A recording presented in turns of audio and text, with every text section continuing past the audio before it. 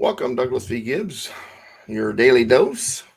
And let's talk about emergency powers. Been using a lot of them lately, right? We've got, we got a pandemic. We've got domestic violence. We've got rioting in the streets. And there's more coming, and there's more going on. And so, does the Constitution give the federal government emergency powers? More specifically, if there is an emergency, and it's good for the community, for the government to take control, and is it okay, is it constitutional for them to suspend certain liberties?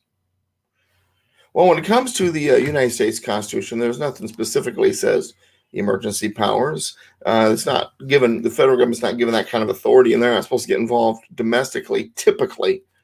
Also, when it comes to the question of martial law, a lot of people ask me that often.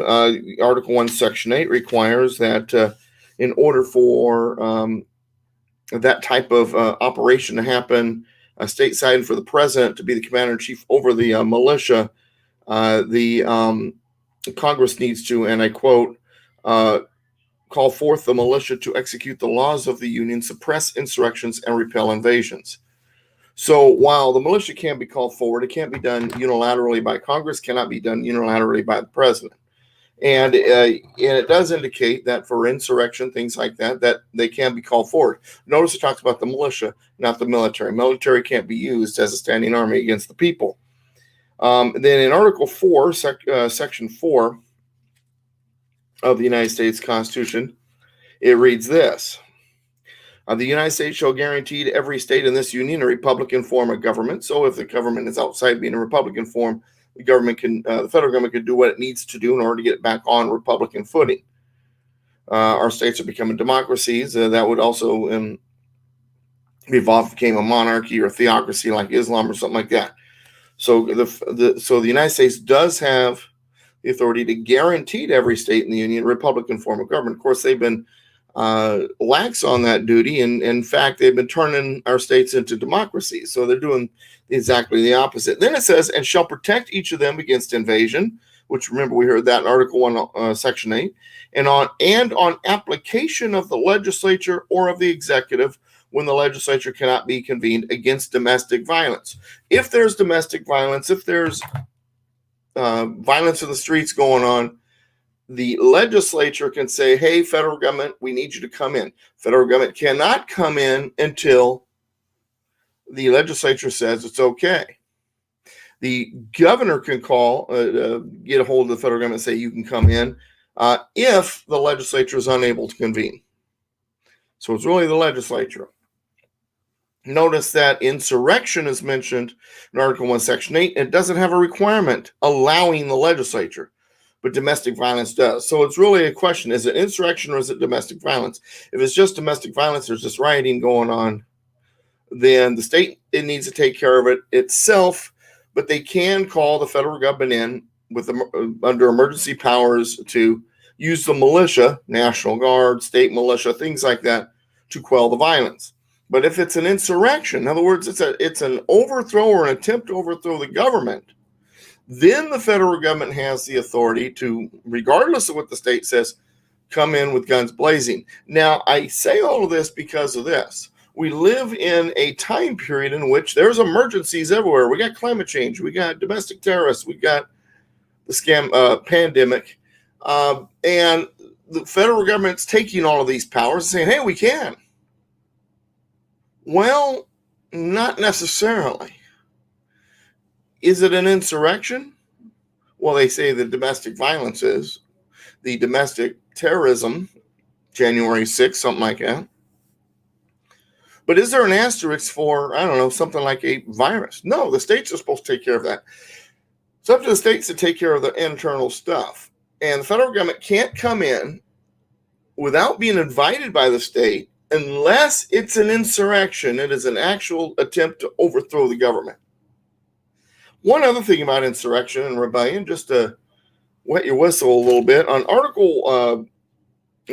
Section 3 of the 14th Amendment, that's where it's at,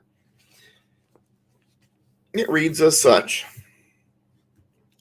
No person shall be a senator or representative in Congress or elector of president and vice president or hold any office, civil or military, under the United States or under any state who, having previously taken an oath as a member of Congress or as an officer of the United States or as a member of any state legislature or as an executive or judicial officer of any state to support the Constitution of the United States shall have engaged in insurrection or rebellion against the same or given aid and comfort to the enemies thereof. But Congress may vote by a vote of 2/3 of each house, remove such disability.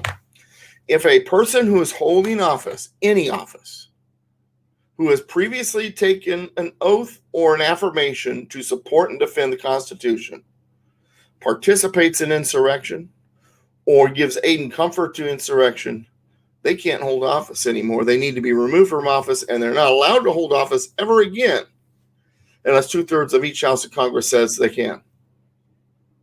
So now we have to ask another question. Was what Antifa and the Black Lives Matter, their violence in the streets, was that insurrection? Was that rebellion against the United States and the Constitution?